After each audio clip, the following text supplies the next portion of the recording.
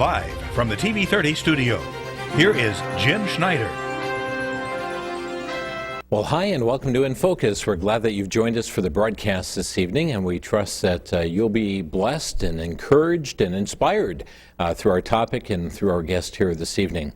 I have a question for you. Have you ever wondered if God is still at work in our modern era? You know, so often we look in years gone by and we read the historical accounts in Scripture as to the mighty miracles that God had done, and then we read about some of the missionaries of the past and how George Mueller prayed and how God provided the food and the sustenance for an orphanage, and we read of these things in the past. But what about in our current society, in our modern society? Is God still at work? Well, our guest that we have with us tonight will say absolutely and has a story to tell us. We'd like to welcome to our TV30 inFocus studio Mr. John Gillespie. John is the co-founder of the Rawhide Boys Ranch of New London, Wisconsin. He co-founded Rawhide with his wife Jan, who went home to be with the Lord in the year 2017. John is the author of a book that has been released not long ago. It's called Our 351 Sons, sharing the story about how Rawhide began. A very captivating, inspiring book. John, good to have you back on the inFocus program. I'm delighted to be here. Brings back memories of years ago being up here with you and Vic. Yes. Delighted to be here. Well, very good. And we're going to learn about this miraculous story of Rawhide and get into it here this evening. Many are familiar, our viewers here with Rawhide Boys Ranch in New London. But before we talk about Rawhide, there probably wouldn't be a Rawhide if there was not a Jan Gillespie. So share with us how you met your wife. Well, I met her when I was a second grader in a little one-room country school, and her family bought the farm next to the school. They started a horse ranch, and she was a third grader, sat ahead of me, and we became instant friends and just had a delightful time growing up together. And she was always a very strong-willed lady. We'll get into some stories in a little while about that. But she was just amazing with the work at Rawhide. Mm-hmm. And she would say, we would, and we'll get more into the boys we had, but we lived with 10 boys from the courts at a time, raised our own 2 boys, which were a second grader and a 3-year-old when we started this, 10 boys at a time in this big lodge, and they stayed about a year. So over 35 years, we had 351 sons. Wow. That's the title of the book. So 10 boys at a time, and maybe 10% of them or so came in police cars in handcuffs. And Jan said she fell in love with those boys before they had the handcuffs off, because she was kind of a tomboy herself. And it took me about 2 days to fall in love with them. But they would come in with a chip on their shoulder. Mm-hmm. And it just, the miracles are amazing. Yeah, and we're going to tell you how you got to that point.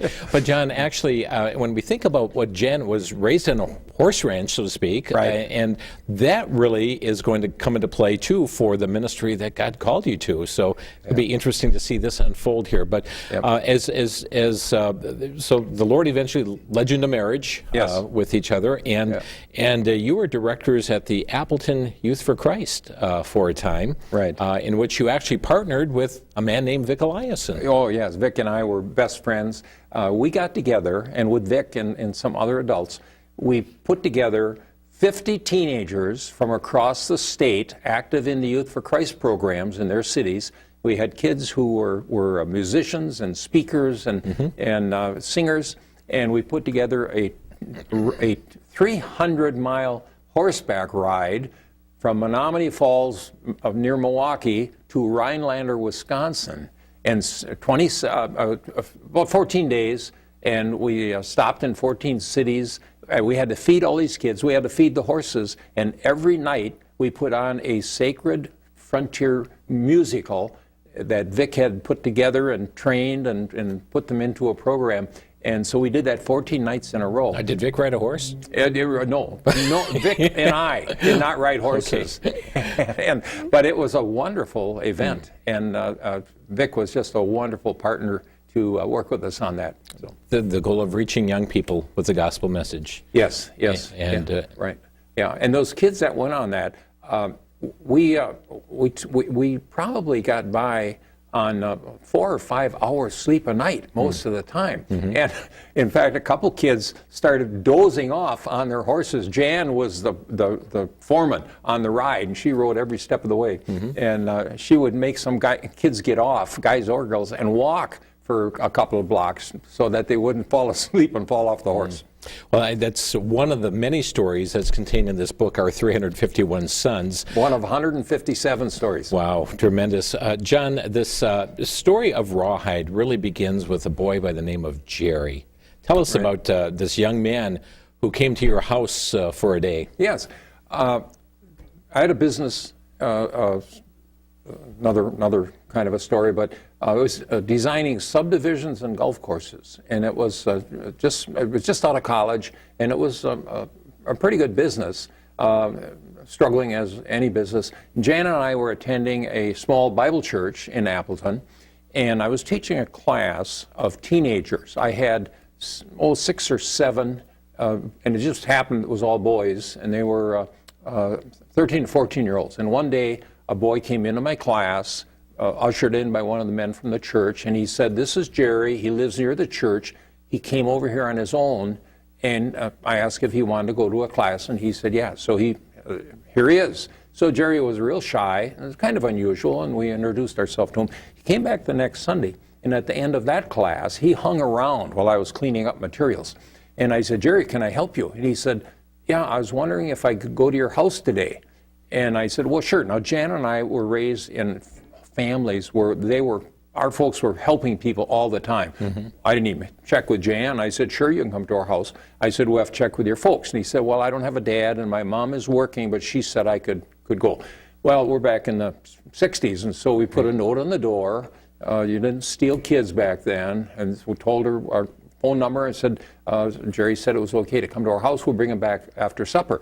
If you want him back right away, just call, we'll bring him back. So Mom called in the middle of the afternoon, and we were living out in the country and had a couple of horses, courtesy of my wife, and a couple of ponies. So Mom says, yeah, Jerry checked that if he could come out, and I said, "That was fine. Where do you live? I'll bring him out some clothes." And I said, "Gosh, he's just fine. He doesn't need clothes." And Mom said, "Well, he might want to stay a couple days." I said, "Okay." So I said to Jan, "I think we're going to have a house guest." So middle of the afternoon, car pulls in, a lady gets out, has a young girl with her, come up to our rented farmhouse porch, and we usher them in. Mom has got 2 suitcases in her hands. Oh my. And she sets the suitcases down, and even before we could invite them to sit down around the dining room table, she said, "Let me tell you what's going on." I said, I just remarried 2 weeks ago, and I have 3 children. This is my daughter, who's 9. I have a son named Ronnie, who is 12, and this is my son, Jerry, who's 13. And my new husband has given me 30 days from the date of our marriage to get rid of any 2 of my 3 children. I'm going to keep my daughter, and Ronnie has been accepted in the St. Joseph Children's Home in Green Bay, but my husband won't pay any support, so they won't take Jerry. So I sent Jerry over to that little church to see if he could find somebody to live with. And Jerry's standing with us. He knew what was going on. He was hoping he could stay. And his mom said, "I'm hoping Jerry can live with you." And simultaneously, Jan and I said, "Well, sure, he can live with us." So he stayed 1.5 years. My. And that was the start. We were looking for a bigger home because we were expecting a second son, and we had like a 2.5 bedroom rented farmhouse and wasn't going to hold another baby. So we were out looking for a place when we found the facility that almost instantly became Rawhide Boys Ranch. Well, even prior to that, though, you got in trouble with the county welfare agency, Oh didn't my. you? Did you know, Jim, that you have to have a foster home license to be, as they put it, harboring a teenager that is not a relative over 78 days? Wow. And we got in all kinds of trouble. I didn't know what to do, so I had a friend who was a state senator, and I explained the situation to him. They wanted to take Jerry away from us. And he came and picked Jan and I up, and we drove to Madison, and we walked into the lieutenant governor's office, Warren Knowles, and he heard our story, and he called in Wilbur Schmidt, who was the director of family services at the time, and he said, Wilbur, I want you to call the county. If the story we're hearing is true, I want this couple licensed as state foster parents before you go home tonight.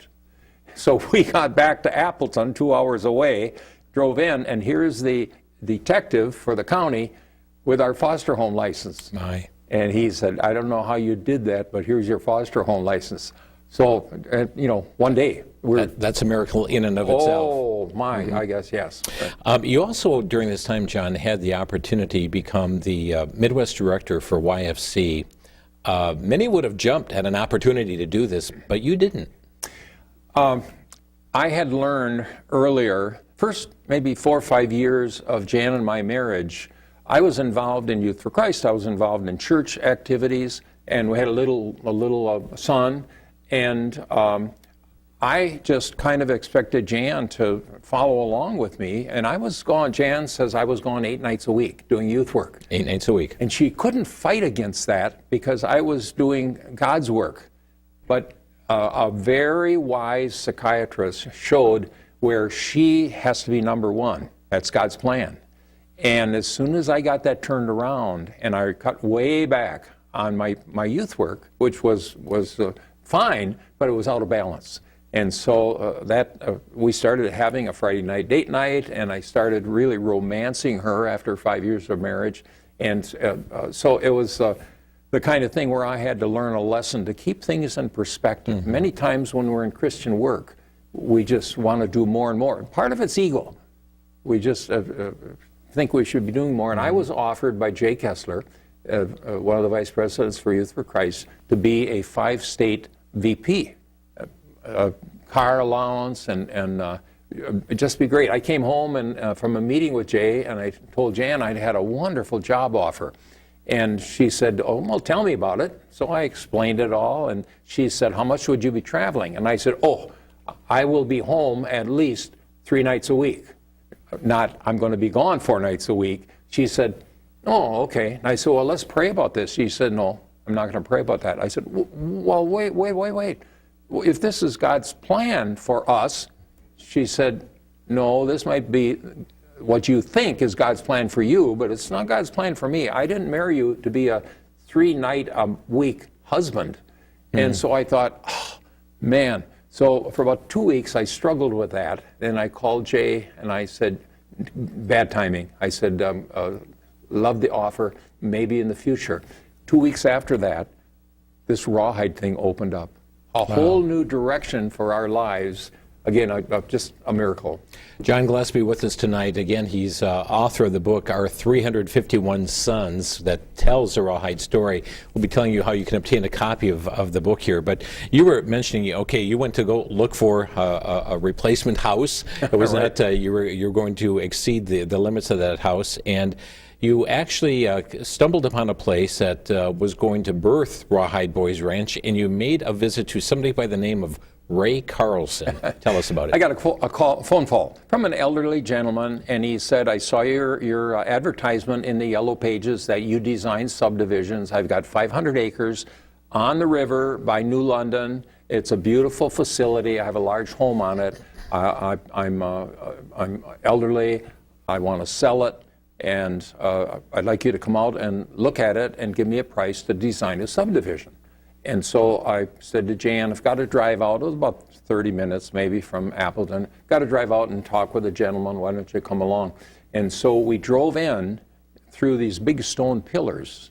And here's this beautiful lodge at a Swiss chalet. And the owner, Mr. Carlson, said, would you like to see the inside of the house? And I said, yes, we would. So he takes us through 27 rooms, beautiful knotty pine, 11 bedrooms, 5.5 bathrooms on a beautiful stretch of the river, a quarter mile of river frontage. And as he was taking us through, we went into a room that he called the river room, and we did too. And I'm looking out of some beautiful picture windows at the river. And almost to the river, I said, oh my gosh, would this make a nice boys' home? And he said, kind of sternly, why did you say that? And I said, oh, we have a dream to have a home that would house a few teenage boys, but this would house more than a few. And he said, if this could be set up for a nonprofit youth program, he said, I would sell it for half of what I have it listed for, and I've already got an offer way above that halfway point. Mm-hmm. And so I said, oh, this would be a beautiful boys' home. And so I said, how can I get a little time to do this? So we might want to talk about that later. Yeah, he asked for a non-refundable earnest payment of $500? I said, how could we have some time for me to talk with some business people and some church leaders and see if we can set this up as a nonprofit program? And he said, well, I'd love to have you do that. But he said, I have an offer on the property. I don't think I'm going to accept it. And what I would sell it to you for, $87,500, 500 acres, is gorgeous, gorgeous lodge, which even back then was a deal. And back then, what year are we talking about? 1965. Okay. And he said, if you put down $500, I'll give you 1 week. I'll agree not to sell it in a week. So Jan and I get in the car, we drive home to Jan's father, the horse rancher, and we explain what we had seen and that we need to borrow $500. So he, a man of few words, but one wonderful man of God. So he goes into his office, comes out, and he's got 5 $100 bills. And he said, here's $500. This is not a loan, this is a gift. Go see what you can do. So we drive back out, we give $500 out. Now we have a week to see what we can do. Mm-hmm. You can't start to raise money. You're not set up as a nonprofit. All you got is an idea with a few pictures. So we needed more time. So I said to Mr. Carlson, how can I get a month's time? He said, well, John, you got to put down $500 a week, so $2,000. $2,000. So I had met a gentleman in Pound, Wisconsin, Paul Patz, wonderful man of God, Patz of farm equipment. And I had heard him speak one time, and I knew he had an interest in youth. So I made a call. He said we could come and see him. So we drive an hour and a half up to Pound, Wisconsin. We explain the story, show him some pictures. I said, we need to see if we can borrow $2,000. So he sat in his chair, turned the chair around so his back was to us. I was hoping he was thinking or praying. He turns back and he says, John, here's what I will do. I will give you a check for $2,000 today. If you can turn this into a nonprofit youth program, it's a gift. If this falls apart, someday in your lifetime, you have to agree to pay this back, no interest. And I said, absolutely. So now we've got a month. And so during that month, we were able to put things in motion. One of which is Bart Starr. Yes, and somehow you got in connection with Bart Starr, and your wife was very strong-willed in this regard too. But tell us how you came in contact with Bart. He's a Green Bay Packer legend, known for his Super Bowl victories. How did you ever meet him? How did you get involved with Bart Starr? Well, we're into 1966 by this time. That this all transpired, actually. And I had talked to several business people that I thought would be potential donors, and a couple of them said, too bad you couldn't get a hold of Bart Starr. I was at a meeting, and I heard him speaking that after football, he and Sherry want to have some type of a youth program, maybe a ranch or something. So I mentioned this to Jan, and she said, well, give him a call, and let's see if we can go meet with him and Sherry. And I said, well, I'm trying to find somebody that knows them to vouch for us. And she said, well, if God is in this, why don't you just call him and let's go tell him what we've seen and show him some pictures. And I said, well, I'm trying to work on somebody. I don't have his number. She said, well, call information. I said, well, it'd be unlisted. So a week later, of course, us men, we know things like that. And so a week later, she says, have you decided to call Bart Starr yet? And I said, Jan, I don't have his number. She said, I told you, you'll call information. Now, this is Super Bowl I, Ice Bowl era. Super Bowl I and II is right around then. Bart was pretty popular. So I said, here, let me show you. So I dial information. Phone on the desk with that little round thing with holes in it. Rotary, yeah. And so I dial and ask the operator for Bart Starr residence in Green Bay. The operator says, here's the number. So I get the number. Now, Bart and I back then were the same age. Well, actually, we're still the same age, a few years older. But so I'm nervous as can be. And so I dial the number, and a man answers and just says, hello. And I said, is this the Starr residence? The man says, yes. I said, is Mr. Starr there? The man says, no, there's no Mr. Starr here. Bart's here. And I said, oh, that's who I want to talk to. He said, why you're talking to him? So, and again, you know, those of us that know Bart Starr, that's him. And so I explained what we're doing. I said, would it ever be possible for Jan and I to meet with you and Cherry? And we need help.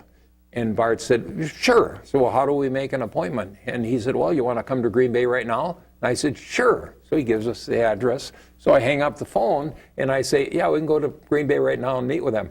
Jan says, oh, great. Like, why not? And so get in the car, we drive to the Starr residence, modest 3-bedroom home in Green Bay and a subdivision. And Bart greets us at the door, takes us in the kitchen, introduces us to Cherry, and she's making supper. And I said, we'll make our presentation quick so we don't mess up your supper plans.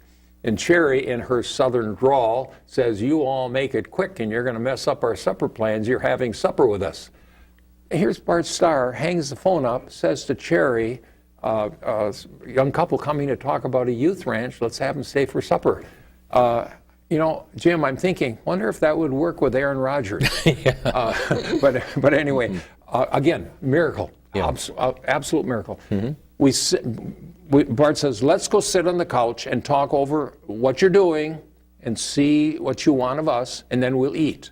So I'm sitting on the couch. To my right is Bart, to his right is Cherry, Jan's to my left. I've got a 3-ring binder with pictures and ideas. And I mentioned we want a concept where we have full-time live-in house parents. We don't have shift workers.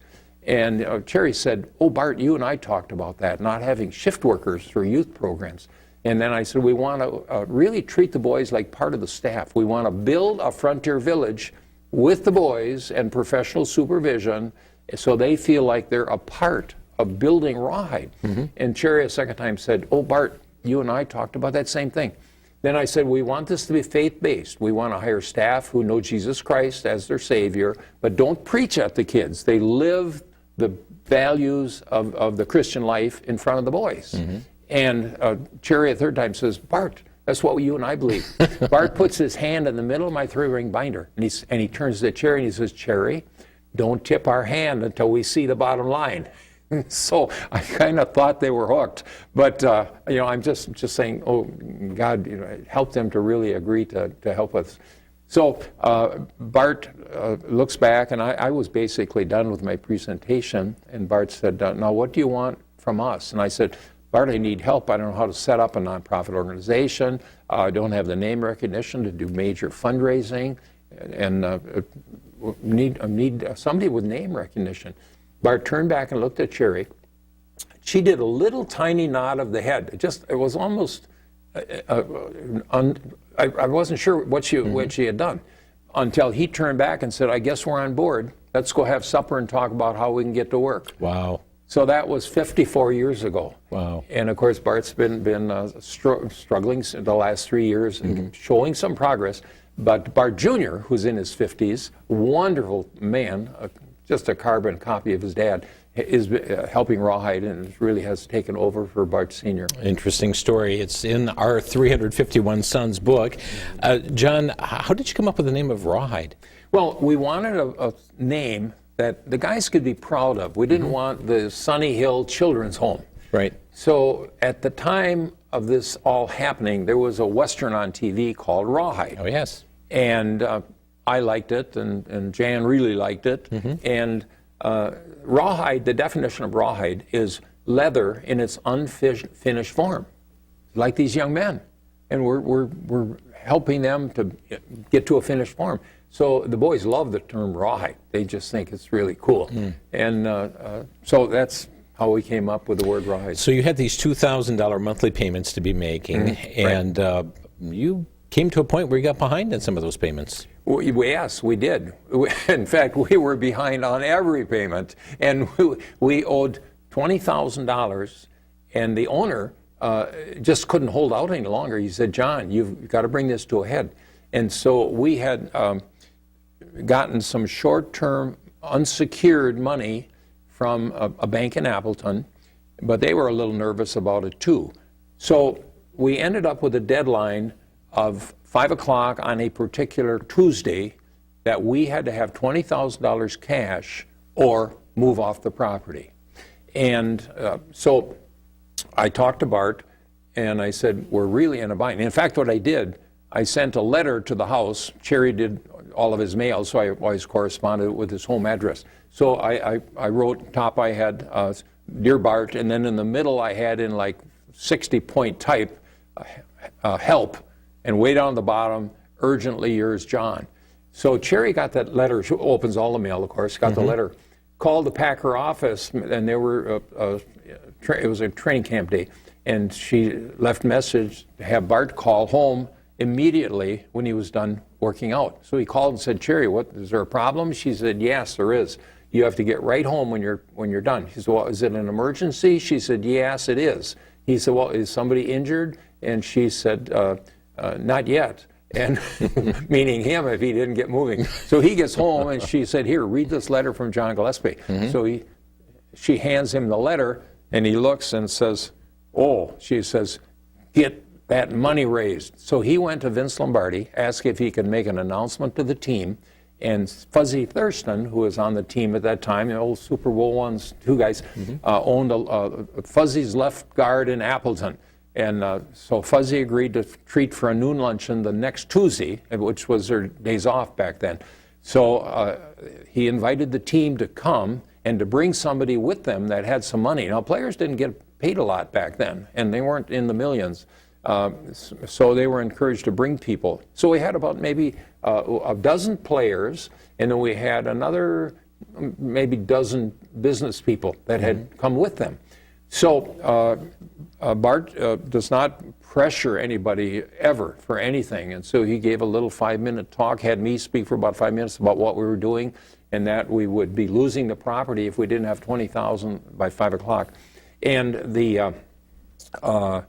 then Bart just closed the meeting, and he said, if anybody would like to make a check toward this, bring it up, but we will not cash your check unless we get enough to cover the $20,000. We'll return your money.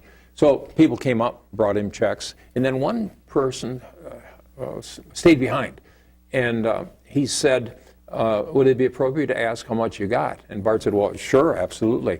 So we went through the checks. We had $14,000.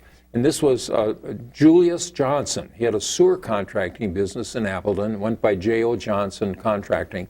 And he said, I'll give you the other $6,000. And he wrote out a check for $6,000. Now today that would be, what, maybe 10 times that or a lot. And so we went down to the bank, and about an hour before the foreclosure date, we put down our $20,000. Right. And so Rawhide Boys Ranch was birthed. Yes, that, and we went on a mortgage, and from then on we were pretty secure. Still fundraising challenges along the way. Yeah. We're going to break into some of the things that happened, but John, I want to tell our viewers how they can obtain your book, Our 351 Sons. You've got a website set up. Yes, Our 351 Sons, Our O-U-R, Our351Sons.com. They can go there, order the books, and they're automatically shipped out by a company in Menasha, Wisconsin that does this for us. And the books sell for $30. And if they like the Kindle edition, where they can download it to their iPad or whatever you call those things, they can go on Amazon or they can go on Barnes & Noble, and for $9.99 they can download the book. Get the digital version of it. The digital version, yeah, right. So, or they can order the book on Amazon also. It costs $5 more on Amazon because Amazon actually keeps $7 for the handling the order, and it's fine with us, but it's actually cheaper for the person, and it makes $2 more for Rawhide if they go to our website. And our website has a lot of fun stuff on it. They can go on there, they can see Bart Starr's very first 60-second commercial to get cars donated. Well, I think we'll talk about that later. We'll be getting to that in just a moment. Right. I'd like to go to year number 3 of Rawhide. There's a lot that happened in year 1 and 2 and so forth, but year number 3, the board approved for your wife to hire a housekeeper, and this is a very interesting story as well, because your wife was just ragged keeping everything afloat as far as the housework. Well, she didn't look ragged. I mean, she was always really put together, but long days. And as you know, birthing this station and working here, I mean, when you're in a charity, you put in extra hours that you wouldn't on a 8 to 5 job. Right. But we were, as mentioned earlier, we had 10 teenage boys, our 2 young boys. It was into the second year of Rawhide. We had a part-time secretary, a neighbor who was a retired contractor who donated 3 days a week to us. And that was our staff. And so we thought early on that the boys would help with meals, and which they did. They were good at that, setting the table and doing dishes. But we also thought we would teach some of the higher-ranking boys to supervise laundry. As try as we could, we never could teach the boys the difference between liquid bleach and liquid soap. And we had a lot of tie-dyed clothes back when they weren't popular. Sure. So Jan was supervising laundry and our 2 boys, and so it was a lot of work. I came home from a board meeting and I said, Jan, the board said there's enough money coming in that they believe you can hire a housekeeper. And she said, oh, praise God. Oh, I am so happy. So a week later, I said, how are you doing on your housekeeper? And she said, all under control. I said, great. A week later, I said, when's your housekeeper coming? She said, John, I told you it's under control. Don't worry about it. I said, okay. Now again, really confident, self-willed gal. So you leave that be. So now a week later, it's a week from the next monthly board meeting. So I said, now Jan, you can't tell me it's under control. I've got to ask you some questions, because in a week, the board's going to excitedly want to know how you're doing with your housekeeper. I said, have you put an ad in the New London paper? No. Have you called any ministers or priests in New London to get a referral? No. I said, why? She said, if I run an ad in the paper or word gets out I need a housekeeper, I'm going to have at least a dozen ladies that are going to come out here. They're going to spend an hour with me. I have to take notes and do referral calls. I don't have the time. I said, well, how are you going to get a housekeeper? She said, John, I'm asking God to send me a housekeeper. And I said, well, God can work through an ad. Nope. Then I get 12 ladies. God will send me a housekeeper. Now I'm thinking, I wouldn't have done it this way. I'd used the newspaper. But anyway, I said, well, okay. Jim, 2 days after that conversation, all 12 of us are around the table, this big, long table. I sit at one end, Jan would be at the other end, and we could kind of interact more with the boys, and our boys would usually sit either side of her. And a little white Volkswagen pulled into the yard, and we have a turnaround drive in front of the dining room entrance, and pulls up, parks, a lady gets out and comes to the door. And so Jan got up from her end of the table, went to the door, opened it, and while the lady was still standing on the doorstep, she said, are you Mrs. Gillespie? And she said, yes, but call me Jan, and if you'd like to come in. And she said, well, let me explain first. My name is Bernice Besh. My husband and I and our kids live about 5 miles down the road, and we go to First Assembly of God Church in Appleton. We're active there. And we have been reading in the paper about what you're doing with boys. Now, this is a faith-based program. She said, I am in charge of housekeeping and food service at the Embassy Motor Lodge, and it seems like for the last month, which is the time that the board had approved this, seems like the last month I have a tug in my heart to see if you need a housekeeper. Well, I'm ready to fall under the table. And Jan says, oh, come in, I've been waiting for you. They go in the dining room, the living room, and 10 minutes or so, and they come back out, and they give each other a hug, and Bernice leaves, and Jan comes and sits down at the table. And I, from my end of the table, I say, Jan, do you just know what happened? Well, she thought one of the boys did something. So she's looking around the table. She said, no. I said, God just sent you a housekeeper. And she said, yeah. I was expecting it all the time. Jim, unbelievable. A lady of faith. Yeah, amen. Yep. And you later met her once again, did you? Jan passed away January 25th of 2017. And she had had cancer for 10 years. And we wrote this book during that time. It was very therapeutic, but her short-term memory was getting very bad. But long-term memory back from those Rawhide days, I'd say, now who was the little 13-year-old you matched with that little black and white horse that were both little stinkers? She said, well, the horse was Frisco, and yes, he was a stinker, and the boy was Dennis Green, and he was a stinker. So she was doing horse therapy before we even knew what horse therapy was. Right. So, excuse me. Yeah. John Gillespie here with us here tonight on inFocus. Here you see saw a photo here just a bit ago. Yeah. So the what was our train of thought? We were talking about Frisco and about your reunification with the housekeeper. Yeah. Okay. So Jan passed away. She was on a chemo pill for 10 years, every single day. And her heart doctor said that he was more concerned about her dying from a heart attack than the cancer because the chemo pill stressed the heart. So she got up one day and said, I've got a kind of a cold coming down, and I have soft-centered ones that I use that I didn't bring. I'll use this one. So anyway, she said, I need to just lay down and catch my breath here a little bit. And she laid down on the bed, went limp, and went to be with the Lord. Aye. And I had 30 seconds of disorientation. And then I thought, she's with the Lord, free from the cancer. Wow. So at the funeral, now we had lost contact with Miss Bess because they had moved away shortly after she had quit working for us. She worked a year and a half. So she had moved back. We didn't know this because I had tried to find her to get permission to use this story in the book. And so I'm in the line, a big turnout for Jan's funeral. And so I'm greeting people, and a lady comes up and says, John, I don't know if you remember me, I'm Bernice Besch. And I said, oh, yes, I do remember you. I've been trying to find you to get permission to use your story. And she said, well, we moved to Arizona. My husband was sick. He died about 2 months ago. I moved back, and I just was back here a week or so, and I saw where Jan passed away.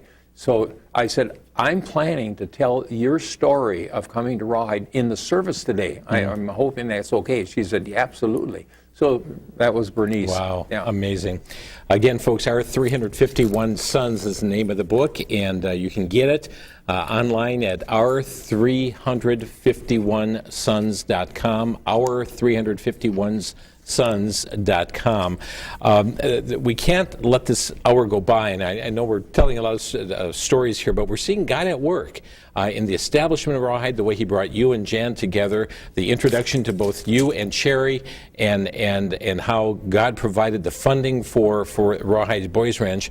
But there is a chapter, chapter 8 in your book is called Used Cars to the Rescue. Yes. And it was around year 10 of Rawhide that you were losing a lot of money, and the bank said, you've got to increase your income. Tell us what happened. Oh, sure. This was financial challenge number whatever. And again, this was maybe the 10th year of Rawhide, and we were growing, adding more boys, more homes, but the contributions didn't keep up with the growth. And we ended up with a budget that was a couple $100,000. We had lost 4 years in a row. We had lost $25,000. So we were $100,000 in debt to the bank. So the bank said, you got 1 year to turn that around.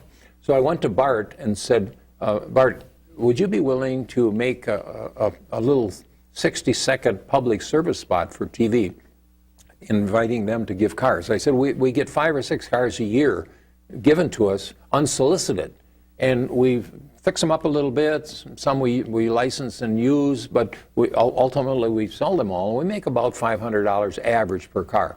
So I said, if we could get a car a week, that would be 50 cars times $500. That would be $25,000. And he said, well, let's try it. He said, do you think we can get a car a week? I said, I don't know. We'll see. So we made a cute first 60-second spot, and it was just amazing. We built the back wall of a bathroom in our shop, had a medicine cabinet there and some flowery wallpaper. hauled it on one of our trucks to Green Bay to a TV station. And so the spot opened with one of our staff, kind of portly, in a bathrobe with a toothbrush in his mouth and a 3 or 4 day beard, walking into the bathroom. And he yells off camera, "Honey, what are we going to do with our used car now that we have a new one?" And then the gal says, "I don't know." And so he opens the medicine cabinet, and there's Bart. Yeah. And so now this was at the time when Bart and Cherry left Green Bay. He had ended his coaching career, and they moved out of town with no fanfare. Packers didn't have a celebration or anything for him for his years of playing and his years of coaching. So they just kind of disappeared. I had numerous people say to me, "We haven't heard anything from Bart and Cherry for the last couple of months. Are they still in Green Bay?" I said, "No, they moved out of the state." And so so Bart's there, and he says, "Why don't you give your car to Rawhide Boys Ranch? We'll use it to teach vocational training to the boys and income for the ranch when we sell it." And he said, "Here's the number." So an old ripped hunk of cardboard with 1-800-RAWHIDE on it, hands it through the medicine cabinet to Greg, our guy, and Greg's holding it so the camera can read the number. And so he's looking stunned, and he yells off camera, "Honey, Bart Starr's in our medicine cabinet." And this gal says, "Well, I heard he'd moved." Yeah. So now, Jim, that started to air on 3 TV stations. That's all there were back then: ABC, CBS, NBC. Yeah.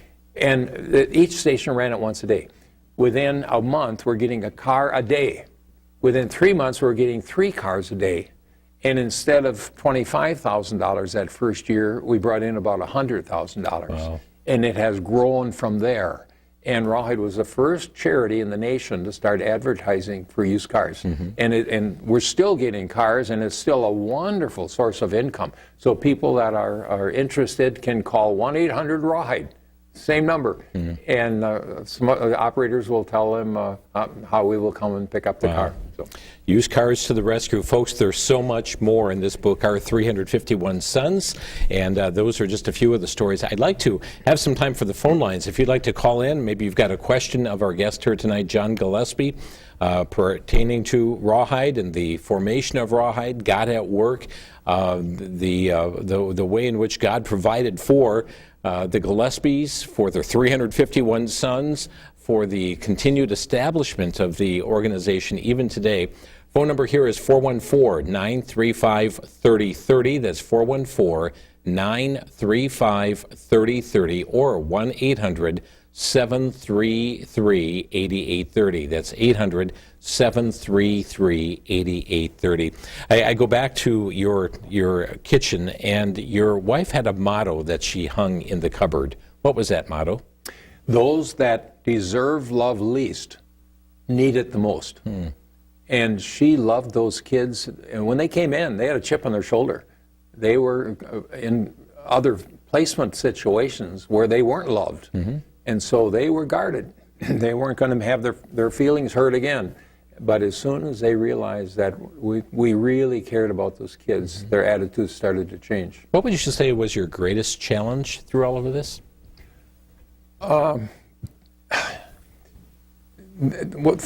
Financial, probably. But had a wonderful board of directors and always had wonderful staff. Rawhide today has just wonderful staff. We have a great administrator, and Rawhide is growing and expanding. And we're into the horse therapy business big time. Rawhide just purchased a horse therapy program located about 20 miles from the ranch. That was going out of business, and a nice facility, and working with about 100 to 150 developmentally disabled people. So it's when you say the biggest challenge, I guess financial. John Gillespie with us here tonight. Again, our phone number, 414-935-3030 or 800-733-8830. We've got Joe calling from Milwaukee. Hi, Joe, you're on the air. Hi, Jim. This is Sir John. Thank you for the great program that you've done with the boys. I also had worked with disturbed teenagers. My question is, I know you do not preach the message of Christ, but how many children have come, how many teens have come to know Christ through your great examples? They've accepted Christ as their own also. Well over half of the boys that go through there. And of course, they're exposed to staff who love the Lord. And so just in the course of living their lives in a godly way, the boys see a difference. And then just in conversation, always, of course, prayer before meals. And then the boys go to church with the house parents. And the house parents go to churches that preach the gospel. So they do hear the gospel. And so well over half of the boys, and there have been thousands of boys now that have gone through the program in 54 years. And one of the boys, his name is B. Vang, B-E-E, Vang, and he's from Thailand. He came over as a 1-year-old with his mother, who was a refugee. He got into trouble as a teenager. He was sent to Rawhide, accepted Christ, had a desire to want to be a minister. And make a long story short, we were able to help him get his pastoring certificate through Moody Bible Institute.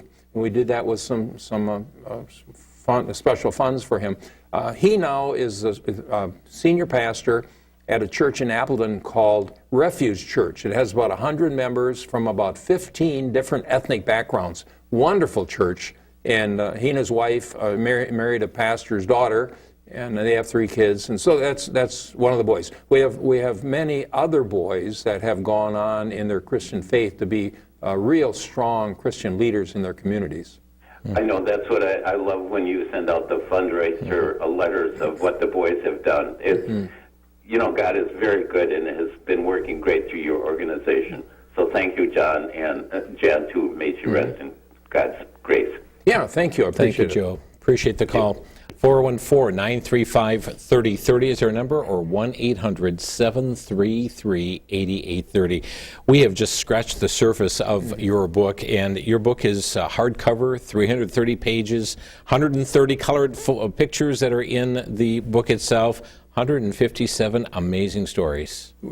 Jan and I kept our Franklin Planner pages from after high school, before college. And a year of a year of planning pages are an inch thick, so that we went through 3 feet of planning pages, consolidated. We came up with 250 stories. We culled it down to 157. That's what's in the book. So, some are funny. If you can imagine living this way for 35 years, really funny stories in there. But challenging stories and stories of blessing. And we have had stories of many parents who have required their teenage sons, and even a couple of preteens, to read the book. Initially kind of as punishment, but they said it was just an excellent reaction. So the book is really great. Great Christmas present to give to people. Had a family in Green Bay. The guy was at a Kiwanis club I spoke at, bought a book. A month later, which was about 2 weeks ago, called me and said, John, would you personally autograph books for my kids, my adult grandkids, and for a group of our relatives? And he ordered 17 books. And I autographed them, sent them out to him. Then a week later, he called back and he said, I want to order 7 more. I'm in a Bible study group, and all the 7 men said they'd love to have a copy of the book. So people aren't just giving their book for somebody else to read. They're buying copies to give away. So it's a great gift. And it's a great gift for non-Christians because it tells stories of miracles of God without preaching at the reader.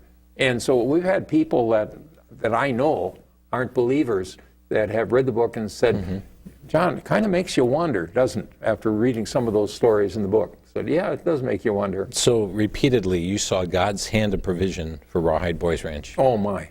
Oh, my. Yeah, absolutely. John, what are you hoping that your book will accomplish? You've gone through all those Franklin calendar pages you've put together. What are you hoping the book will accomplish? We'll bring people to Christ. But more than that, well, not more than that. What is there more than that? Right. But it will help parents raise kids in a better way. We're living in a country where especially teenagers are not following the parents. Parents lose control. The last chapter in the book, there's 8 points that are important to having a godly home. And one of them is serving others. And the subtitle of the book says, Helping Youth Grow by Learning to Serve Others. A boy might be with us a week and he's out working a couple days a week building a habitat home that our ranch is doing. Tornado and flood cleanup, we're serving others. These are boys that are takers, they're not servers. All of a sudden they start getting praised for being out in the community helping others. And you can do this, a single mom can do this with 3- and 4-year-olds. They can ring the Salvation Army bell for an hour at Christmas. They can work for an hour at a food pantry. They can do things with their kids. And our parents were doing that with us all the time without even knowing they were doing it. They would just take us along when they're mowing the grass for the neighbors or whatever it is. So what we're doing, and the book is selling to people who have read the book, because they're using it to give to others to help them raise kids. So that was kind of a surprise, but I'm glad the book can be. We had to be pushed into writing this because we knew it'd be a lot of work. But once we started, it was a blessing. Now, young people were actually placed at the ranch through the courts? Yes, right. Yeah, they're all placed there, and they're normally a judge will commit them to the ranch for a year, and we legally can accept a boy right from his parents. Problem is, if a parent just says, hey, we need help, will you help us with our son? And we've taken a few boys like that. But then the boy can put pressure on his parents. Mom, Dad, get me out of here. They're making me get up. They're making me study. They're making me, they're there because they don't want to follow rules. So then they give the parents a hard time. If a judge places them with us, and the boy puts pressure on the parents will say, it's out of our hands. What the trouble you got into, sure, you now are under the court's jurisdiction. So, did you have boys that actually did leave the ranch? About 1 in 10 did not work out, right. And always made us feel bad when that happened. But of the 9 that stayed there, way over an 80% success rate. So if we can have a boy for 3 months or longer, 8 out of 10 will never be in trouble with the law again, based on follow-up over a 5-year period. So a very successful program. Some people in today's culture wonder how you could do such a thing. It's so basic. It's biblical principles of love and obedience, and we're hoping the book will actually be a help, maybe on a national basis as far as... And you actually follow the story of several young people who have been helped through Rawhide Boys Ranch as well. About 2 dozen are in the book, right? On the back cover, we feature 4 of them. One of them is B. Vang, the pastor. Another one, Dave Klaus, has MS real bad. He's almost about 68 or 69, and he just wrote a story, or a song called I'm a Rawhide Guy. If people go to our book website, they can click on his song. It's amazing. It's the theme song now of Rawhide. And he loves the Lord. Roger Davenport became very successful, married a wonderful Christian gal, became very successful, retired at age 45, the stinker, and but God bless him. He now has a 1,000-acre ranch in Texas.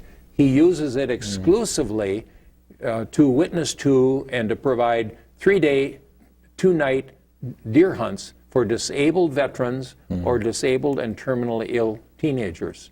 And he does it all for free, set up as a charity. And then the last one, Peter Zukas, just retired. And Peter came to Rawhide just in all kinds of trouble. Bart took him to his football camp for a week.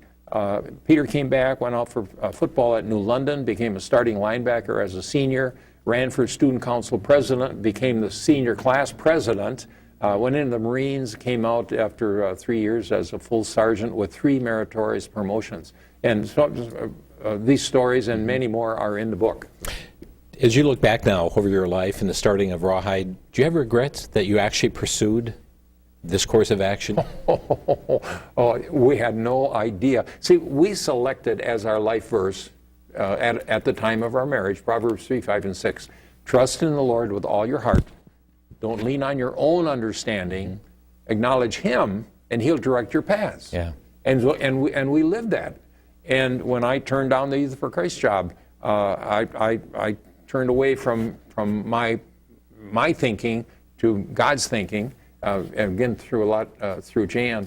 And so God has directed us into something we had no idea we would like to do.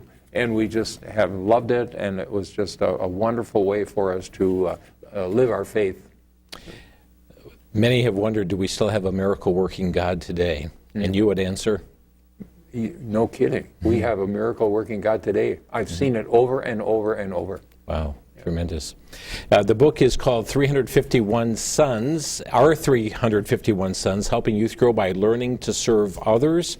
And the book is available on the website, our351sons.com, our351sons.com. And again, as we mentioned, it is 330 pages, some 157 amazing photographs that are in there, amazing stories, some 130 colored photographs, all through that are in the center section of this as well. And basically, Jim, there's a page of pictures, 8 to 10 pictures for every chapter, so people can be reading about a boy and a horse, and they can go to that chapter of pictures and see all the people we're talking about.